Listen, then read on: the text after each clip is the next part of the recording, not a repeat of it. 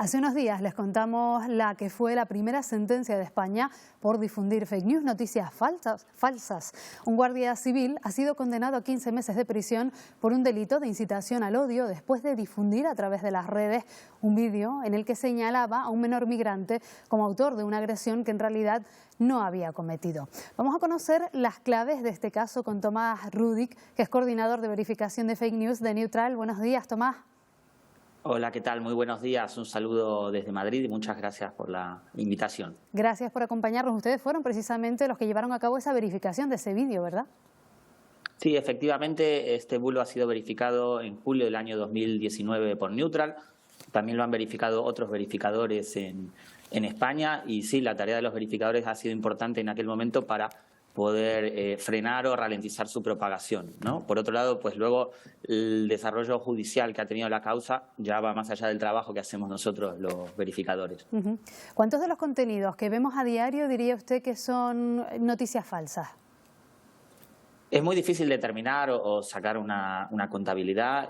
Nosotros estamos permanentemente en Neutral monitorizando lo que circula en redes sociales, las distintas afirmaciones que nos preguntan nuestro servicio de WhatsApp. A diario hay decenas de bulos, tanto en España como en otros países, bulos que circulan de un país a otro. Es imposible establecer una cifra exacta de cuánto de lo que circula hay desinformación, pero bueno, lamentablemente vivimos una época en la cual el debate pues está muy contaminado en las redes sociales. ¿Cómo se lleva a cabo ese trabajo de verificación? Bueno, es un proceso muy meticuloso y detallista el que hacemos en Neutral. En primer lugar, aclarar que nosotros tenemos dos áreas muy grandes de verificación. Una en la que hacemos el fact-checking político, que se verifica lo que dicen los políticos, desde el presidente del gobierno, ministros, de oposición, etcétera. Y luego, por otro lado, el área en la que yo coordino, en la que verificamos bulos virales que circulan en las redes sociales, ¿sí? Que muchas veces tienen un origen anónimo, que no está muy claro pues cómo se ha propagado, etcétera. Un primer paso que hacemos pues es monitorizar, ver lo que circula, lo que nos preguntan y determinar aquello que es verificable.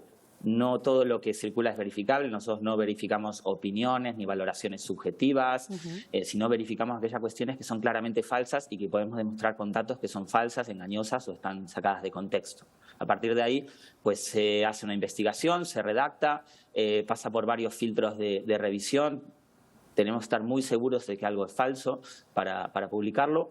Y bueno, y luego con una metodología muy transparente explicando cómo hemos obtenido la información para que el lector pueda comprender pues por qué decimos que es falso, que no somos nosotros los que lo decimos, sino los expertos o los datos. Ustedes llevan a cabo un trabajo minucioso, un trabajo profesional, pero ¿en qué debemos fijarnos? ¿Tenemos digamos, los receptores de esa información algunas claves? ¿Podemos detectar que se trata de noticias falsas, de fake news? Sí, por supuesto hay algunas claves o algunos elementos que nos pueden dar un indicio o una pista, ¿no?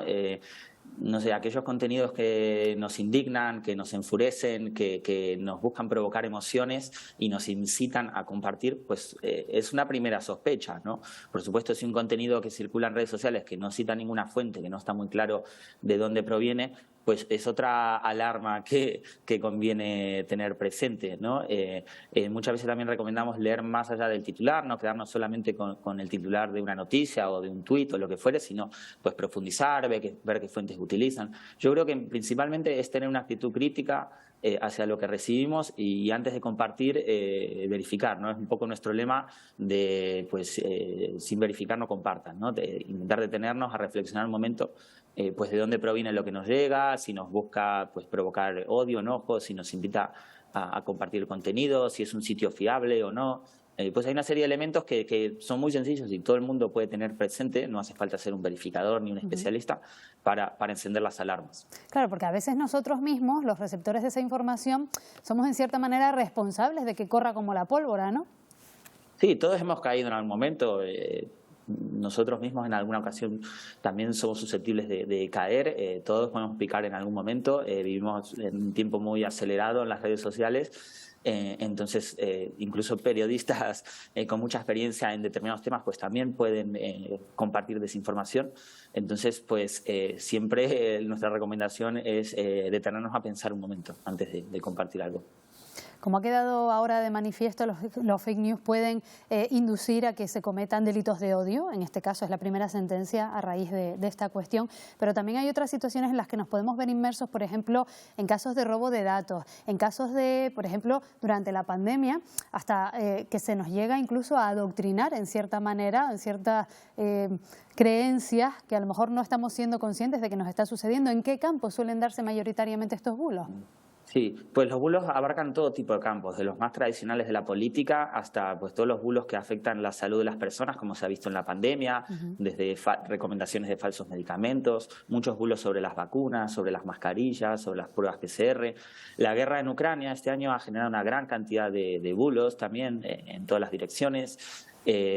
Luego, por supuesto, todo lo que son las estafas en Internet, que mencionabas recién, lo que nosotros llamamos el phishing, enlaces fraudulentos que se hacen pasar o suplantan la identidad de una empresa con falsas promociones. Y luego, por supuesto, lo que atañe a este caso, todos los bulos que fomentan el discurso del odio. Hay muchos bulos contra los colectivos LGTBI, las personas trans últimamente. Luego también el feminismo es un blanco muy frecuente de bulos y estamos permanentemente en Neutral verificando desinformaciones o fake news sobre esta área. Y los migrantes, por supuesto, también, ¿no? Son blanco de bulos, desinformación cuando se producen situaciones de crisis migratoria. Pues a la par de que hay situaciones que son reales, también circulan otros contenidos que son desinformadores, como se ha visto en este caso, que ha provocado la condena que dictó la semana pasada la Audiencia de Barcelona.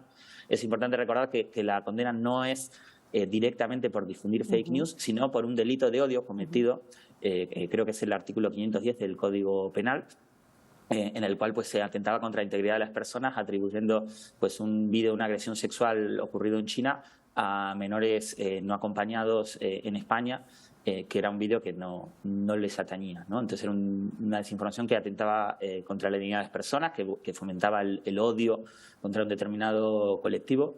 Entonces, en ese marco se ha dictado esta sentencia.